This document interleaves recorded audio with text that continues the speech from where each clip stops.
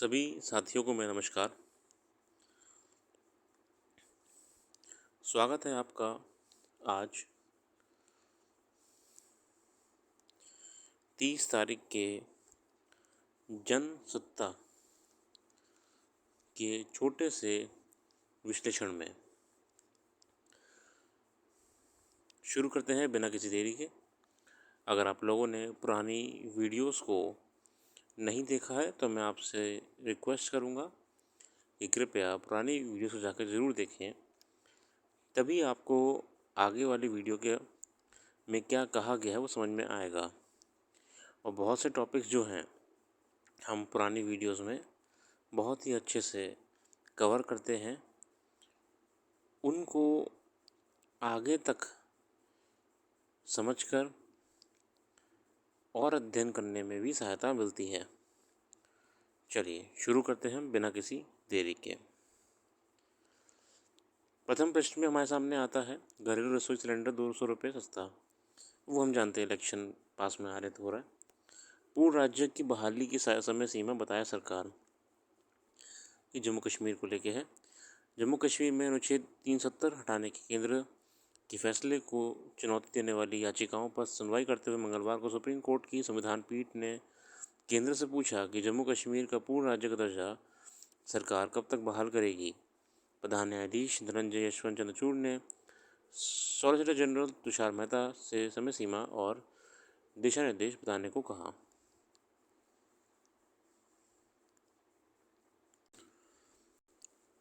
साथियों, जैसा कि हम जानते हैं, पिछले लंबे समय से अनुच्छेद 370 को लेकर नई याचिकाएं दायर की जा रही हैं और इस मुद्दे को फिर से उठाया जा रहा है।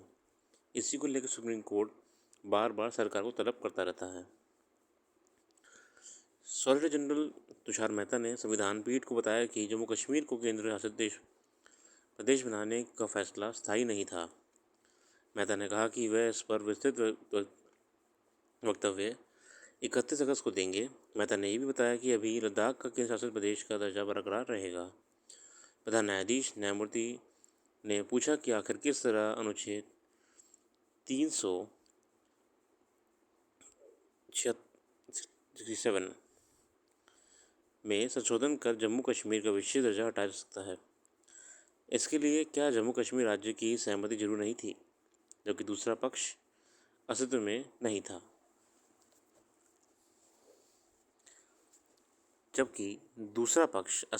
था। तब सहमति कैसे मिली? ये बहुत ही वाजिब मुद्दा उठाया है मुख्य न्यायाधीश द्वारा। तो अनुच्छेद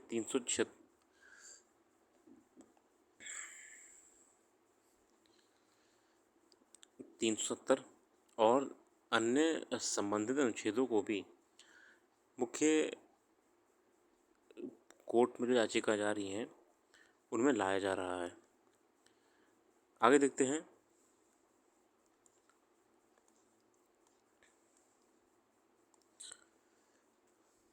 अब सूर्य। जी हाँ साथियों, आप सही सोच रहे हैं। ये आर्टिकल है आदित्य L1। जी हाँ, आदित्य L1 जो हमारा सूरज के अध्ययन करने के लिए मिशन है। सूरज की बाहरी क्षेत्र के पे, सूरज की ऊपरी सतह पे जो ये अंतरिक्ष में रहकर हमको उसके कोरोना, उसके फोटोस्फीयर के बारे में जानकारी देगा। ये है आदित्य L1 भारत का मिशन। चंद्रयान की कामयाबी के बाद भारतीय अंतरिक्ष अनुसंधान संगठन यानी इसरो ने सूर्य की बाहरी परत का अध्ययन करने की तैयारी कर ली है। भारत पहली बार आदित्य L1 अंतरिक्ष यान सूर्य की कक्षा में भेजने जा रहा है। यह यान पूरी तरह स्वदेशी तकनीक से तैयार किया गया है। ये इस बात का एक और संकेत है कि भारत ने न केवल अंतरिक्ष अध्ययन की दिशा में अग्रणी देशों की कतार में शामिल हो गया है, बल्कि वह अंतरिक्ष यान बनाने में भी आत्मनिर्भर है। इसके लिए अब उसे दूसरे देशों का मुंह नहीं जोड़ना पड़ता।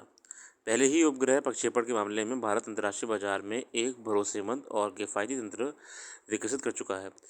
जैसे कि हम जानते हैं कि भारत एक अच्छा ट्रांसपोर्टर है। मतलब अब अंतर्राष्ट्रीय देश जो है ना, जिनके पास बड़ा बड़ा सिस्टम नहीं है स्पेस एजेंसी वाला, वो सस्ते में अपने सैटेलाइट आसमान में, आकाश में और अंतरिक्ष में भेजने के लिए भारत पे संपर्क करते हैं।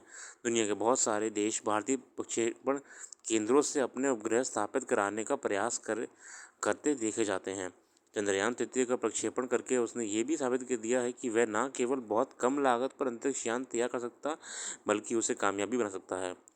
ऐसे में स्वाभाविक है कि आदित्य L1 पर सबकी निगाहें टिकी हैं। सूर्य की सतह का अध्ययन सौरमंडल के दूसरे ग्रहों की अपेक्षा इसलिए कठिन माना जाता है क्योंकि वह जलती हुई गैसों का गोला है और उसके तापमान को सहन कर सकने लायक कोई धातु विकसित करना चुनौती है। मगर अत्याधुनिक दूरबीनों और तरंग मापी यंत्रों की मदद से उसकी हलचलों का अध्ययन करना कोई मुश्किल काम नहीं है। आदित्य L1 को ऐसे 7 यंत्रों से लैस किया गया है। यह उस बिंदु के पास रहकर सूर्य की हलचल पर नज़र रखेंगे जहां सूर्य और पृथ्वी के बीच गुरुत्वाकर्षण और प्रतिकर्षण बल पैदा होता है। दरअसल सूर्य का अध्ययन इसलिए भी जरूरी लगता जा रहा है कि सौरमंडल में यही ऐसा ग्रह है जिसका पृथ्वी के जीवन जगत पर सीधा प्रभाव पड़ता है। अगर सूर्य पर कोई हलचल होती है तो उसका स्पष्ट प्रभाव पृथ्वी पर देखने को लगता है। इसीलिए जब जिस तरह पृथ्वी पर जलवायु परिवर्तन का संकट गहरा होता जा रहा है, उसमें सूर्य पर हो रही गतिविधियों का अध्ययन बहुत जरूरी हो गया है। पराबैंगनी किरणों, ओजोन परत पर सूर्य की किरण के प्रभाव और आदि की गहन जानकारी जुटाना अनिवार्य हो गया है। हालांकि पृथ्वी पर सूर्य के प्रभाव को लेकर अध्ययन हजारों वर्षों से होता आ रहा है, मगर अब उस पर हो रही हलचलों और अंतरिक्ष में जा रहे असंतुलन की वजह से पृथ्वी पर जीवन के लिए बड़े संकट की आशंका जताई जाने लगी है। भारत से पहले अमेरिकी, जर्मनी, यूरोपीय अंतरिक्ष अनुसंधान केंद्र 22 बार अपने यान सूर्य मिशन पर भेज चुके हैं। अमेरिकी अंतरिक्ष एजेंसी नासा अकेले 14 बार अपने यान भेज चुका है। उन अध्ययनों से सूर्य को लेकर काफ़ी कुछ बातें पता चल चुकी हैं, मगर अंतरिक्ष अध्ययन में जब तक अपने जुटाए आंकड़े ना हो तो किसी निष्कर्ष पर पहुंचना आसान नहीं होता। अध्ययन ये भी है कि सूर्य पर धीरे धीरे क्षरण हो रहा है, जिसके चलते पृथ्वी की स्थिति पर बुरा प्रभाव पड़ रहा है। वह क्षरण क्यों हो रहा है, उसे रोकने का क्या उपाय हो सकते हैं, आदि विषयों पर भी अध्ययन होने हैं। अगला लेख है राहत के बावजूद पाकिस्तान को लेकर, जिसको मैं छोड़ना पसंद करूँगा। कारण ये कि हमारी तैयारी में अभी काम नहीं आएगा, ये आप अपने ज्ञान के लिए पढ़ सकते हो बस। बदलते ऋतु चक्र के चिंताजनक संकेत। क्लाइमेट। जलवायु वैज्ञानिकों का अनुमान है कि आने वाले वक्त में बरसात के मौसम में लू चलने की आवृत्ति ज़्यादा हो सकती है और इसके असर कई तरह की गंभीर समस्याएं और बीमारियों को जन्म देने वाला हो सकता है। इस साल बरसात के इस मौसम में देश के कई हिस्सों में अप्रत्याशित रूप से लू चलने और कई हिस्सों में विकट उमस से लोगों की दो चार होना पड़ा। वहीं दूसरी तरफ हिमाचल, गुजरात, महाराष्ट्र और उत्तराखंड आदि में अतिवृष्टि से जन धन, मवेशी और फसलों का बहुत बड़ा पैमाने पर नुकसान हो रहा है। हिमाचल प्रदेश और उत्तराखंड में कई गांव भूस्खलन में दब गए। प्रदेश के कई हिस्सों में सूखे जैसे हालात देखे जा रहे हैं, यानी जलवायु परिवर्तन का असर देश भर में दिखाई देने लगा है। बरसात ना होने की वजह से हज़ारों किसान खरीफ फसल की बुआई नहीं कर पाए हैं, तो ज़रूरत के मुताबिक बरसात ना होने से खेतों में खड़ी फसल सूखने लगी है। जलवायु विशेषज्ञ इस हालात को जलवायु खतरे के रूप में देख रहे हैं। क्लाइमेट सेंट्रल के मौसम वैज्ञानिकों के विश्लेषण से पता चलता है कि पिछले 2 महीनों में मानसून के दौरान अप्रत्याशित लू ऋतु चक्र के बदलाव और असंतुलित होने का सूचक है। गौरतलब है कि यह असामान्य घटना इन इलाकों में ज़्यादा देखी जा रही है जहां मानसूनी वर्षा देर से हुई या बहुत कम हुई है। क्लेमेंट सेंट्रल के विश्लेषण में पाया गया कि मानव जनित जलवायु परिवर्तन के कारण जून में लोगों को अत्यंत विकट गर्मी का सामना करना पड़ा। यह सामान्य गर्मी से बहुत ज़्यादा थी। सैकड़ों लोगों को अस्पतालों में भर्ती होना पड़ा और कई लोगों की मौत हो गई थी। ज़ाहिर तौर पर एक दशक से देश के जलवायु परिवर्तन का असर दिखाई दे रहा है, लेकिन इस साल जून, जुलाई और अगस्त में मानसून के दौरान हालात वैसे नहीं रहे जैसे आमतौर पर होने चाहिए। बहुत सी बातें की गई इस लेख में, आप इसका अध्ययन खुद भी करिएगा। पिछले 3 दशकों में 2.63 वर्ग किलोमीटर तक सिकुड़ गया है। जी हाँ, जितने भी आपके ये हिमनद हैं, जितने भी आपके ग्लेशियर हैं, ये पिघल रहे हैं। श्रीनगर में अंतर्राष्ट्रीय कार्यशाला में दुनिया के तमाम देशों के वैज्ञानिकों, पर्यावरणविद और विचारकों ने 2 वर्ष पूर्व अपने अध्ययन में ये कहा था कि हिमालय का कोलाहोई ग्लेशियर पिछले 35 वर्ष से तेजी के साथ पिघल रहा है। बहुत ही चिंताजनक बात है। आगे आते हैं, भाजपा के लिए प्रतिष्ठा का प्रश्न बनी घौंसी। ये लेख हम नहीं आएंगे, ये पॉलिटिकल लेख है। टिहरी बांध ने रोकी उत्तराखंड यूपी के मैदानी क्षेत्रों में बाढ़ की विभीषिका। इसमें देश दुनिया के सबसे ऊंचे बांधों में टिहरी बांध का विशेष महत्व है। 260.5 मीटर ऊंचा ये बांध देश के कई राज्यों की बिजली और सिंचाई तथा पीने के पानी की सेवाएं प्रदान कर रहा है। ये बांध सुरक्षा की दृष्टि से भी बहुत अहम माना जाता है। इस बांध में निर्माण को लेकर पर्यावरण विज्ञानियों और संस्थाओं ने कई सवाल खड़े किए थे। पर्यावरण जानकारों ने आशंकाएं प्रकट की थी कि टिहरी बांध बनाने के बाद इस क्षेत्र का पर्यावरण बिगड़ने और कई मुसीबतें सामने आएंगी, पर बांध ऋषिकेश, हरिद्वार तथा गंगा से जुड़े अन्य प्रदेशों के लिए बरसात के समय वरदान साबित हुआ। 16 जून 13 केदारनाथ में जो आपदा आई थी, उसने उत्तराखंड की केदार घाटी के अलावा कई अन्य क्षेत्रों में भारी तबाही मचाई थी। उस समय उत्तराखंड में जमकर बारिश हुई थी और उस साल तो 2013 की बारिश के मुकाबले कि उत्तराखंड में बहुत बारिश हुई है। 13 और इस साल हुई बारिश से ऋषिकेश, हरिद्वार व अन्य प्रदेशों के मैदानी क्षेत्रों में अत्यधिक बाढ़ के अनुमान लगाए जा रहे थे। इस बार गंगा का जलस्तर हरिद्वार, ऋषिकेश में कई बार खतरे के निशान पर पहुंच गया, परंतु बाढ़ की विभीषिका से टिहरी बांध ने जिले के कई क्षेत्रों तक ऋषिकेश, हरिद्वार, बिजनौर, लक्सर तथा उत्तर प्रदेश के कई हिस्सों को बचाए रखा। टिहरी बांध से ऊपर उत्तरकाशी तथा अन्य क्षेत्रों में भारी बारिश का पानी टिहरी बांध में समा गया और वह सीधे टिहरी के से नीचे देवप्रयाग, ऋषिकेश, हरिद्वार व उत्तर प्रदेश के मैदानी क्षेत्र में जाने से बच गया। उत्तराखंड और प्रदेश के सिंचाई विभाग के निर्माण विभाग ने काम करने वाले सुधीर कुमार गुप्ता बताते हैं कि 1924 में बाढ़ ने जबरदस्त तबाही मचाई थी। कनखल, हरिद्वार की सड़कों पर इतना पानी आ गया था कि लोग को बचाने के लिए नाव चलानी पड़ी थी। प्रशासनिक अधिकारियों का कहना है कि 13 और 23 में बरसात के महीने में जितना पानी बरसा, यदि टिहरी बांध न होता तो ऋषिकेश, हरिद्वार में जबरदस्त तबाही होती। जानकारों का मानना है कि टिहरी बांध के निर्माण से उत्तर प्रदेश, बिहार और पश्चिम बंगाल में आने वाली बाढ़ से कमी आई है। वहीं टिहरी बांध से बिजली उत्पादन में देश का हर साल 2000 करोड़ का फायदा होता है।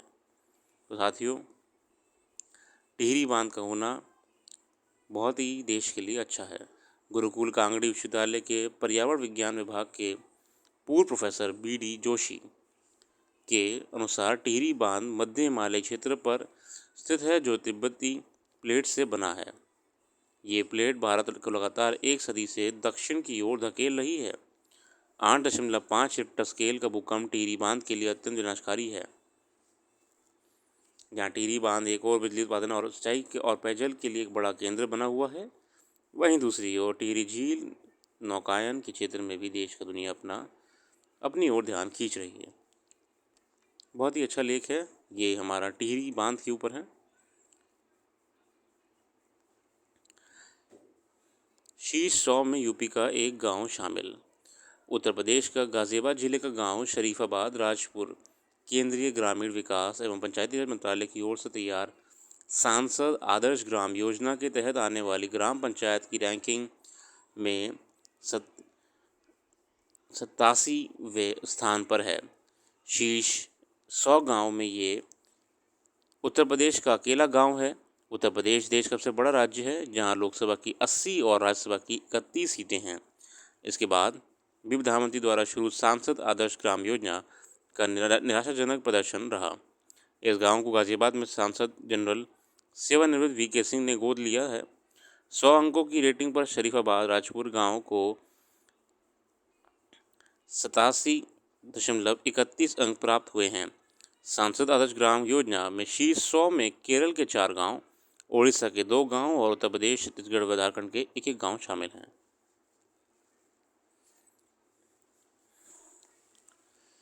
बाकी आप इसका अध्ययन कर लीजिएगा, मैं इसे मुख्य बातें करूंगा बस। रैंकिंग में 80% से अधिक अंक अर्जित करने वाले गांव को हरे रंग से दर्शाया गया है।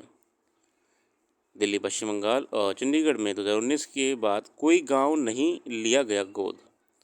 2019 के लोकसभा चुनाव के पश्चिम बंगाल, दिल्ली, चंडीगढ़ के लोगों ने भाजपा को भरपूर प्यार दिया। दिल्ली की तौर सारी सीटों पर भाजपा की जीत हुई है। इस बाद में भी 2 केंद्र शासित प्रदेश और एक राज्य में 19 के चुनाव के बाद सांसद आदर्श ग्राम योजना के अंतर्गत एक भी गांव को गोद नहीं लिया गया। वहीं मणिपुर देश का अकेला ऐसा राज्य है जिसके सांसदों ने 16वीं और 17वीं लोकसभा के दौरान 100% से अधिक गांव को गोद लिया। तो ये जो लेख है साथियों, ये है सांसद आदर्श ग्राम योजना को लेकर। प्रदूषण ने किया दिल्ली लोग का जीवन कम। ये लेख अच्छा है, इसमें ज़्यादा कुछ खास नहीं है। मुद्दे की बात यह है कि प्रदूषण से लोग का जो जीवन है, AQI जो आपका ना एयर क्वालिटी इंडेक्स होता है के अनुसार दिल्ली दुनिया का सबसे प्रदूषित शहर है। और यदि प्रदूषण का मौजूदा स्तर बरकरार रहा तो 1,80,00,000 निवासियों की जीवन प्रत्याशा WHO को निर्धारित सीमा के सापेक्ष औसतन 11.9 वर्ष और राष्ट्रीय दिशा निर्देश के सापेक्ष 8.5 वर्ष कम होने की आशंका है। प्रदूषण साथियों बहुत ही नुकसानदेह है, खासकर PM 2.5 औसत भारतीय की जीवन प्रत्याशा को 5.3 वर्ष कम कर देता है। बहुत ही दुखद है। बाकी इस लेख को आप एक बार पढ़ लीजिएगा, मैं यहाँ पे आके आपके लिए जूम कर दूंगा।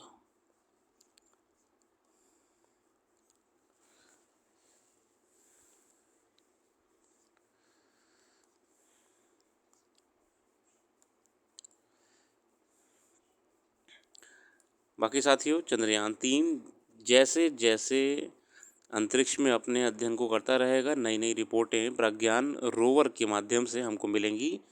तो ये आर्टिकल्स आपको डेली मिलते रहेंगे। इसरो ने ये कहा है कि उपकरण ने उम्मीद के मुताबिक एल्यूमिनियम, कैल्शियम, लोहा, क्रोमियम, टाइटेनियम, मैंगनीज, सिलिकॉन और ऑक्सीजन का भी पता लगाया है। प्रज्ञान रोवर अपना काम कर रहा है। तो ये खबरें आपको मिलती रहेंगी, कौन से एलिमेंट्स वहाँ पाए जाते हैं चंद्रमा की सतह पर।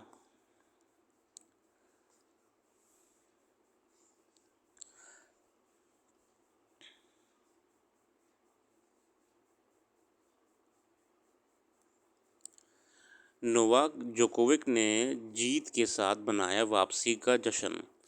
ने अमेरिका ओपन में यादगार वापसी करते हुए सोमवार को अलेक्जेंडर मुलर से जीत दर्ज की। साथियों, US ओपन, अगर हम अंग्रेजी में बात करें, US ओपन कौन जीता? Novak Djokovic. इसी के साथ ही जोकोविक का रैंकिंग में फिर से शीर्ष स्थान पर पहुंचने भी पक्का हो गया है। सर्बिया के इस खिलाड़ी को पिछले साल अमेरिका की यात्रा करने की अनुमति नहीं दी गई क्योंकि उन्हें कोविड-19 का टीका नहीं लगा था। कोई दिक्कत नहीं। किंग्स कप में 23 सदस्यीय भारतीय टीम की घोषणा, छेत्री को मिला विश्राम। भारतीय फुटबॉल टीम का किंग्स कप टूर्नामेंट में करिश्माई खिलाड़ी सुनील छेत्री की सेवाएं नहीं मिलेंगी और उनकी गैर मौजूदगी में मनवीर सिंह अग्रिम पंक्ति का नेतृत्व करेंगे। टीम के नियमित कप्तान छेत्री पिता बनने वाले हैं। बच्चे के जन्म के समय परिवार के समय देने के लिए उन्हें इस टूर्नामेंट से विश्राम दिया गया है।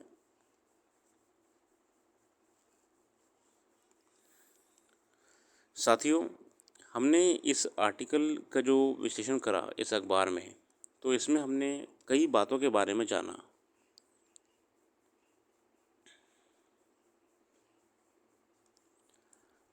कि कैसे चंद्रयान 3 प्रज्ञान रोवर और विक्रम लैंडर के माध्यम से नई नई खोज कर रहा है।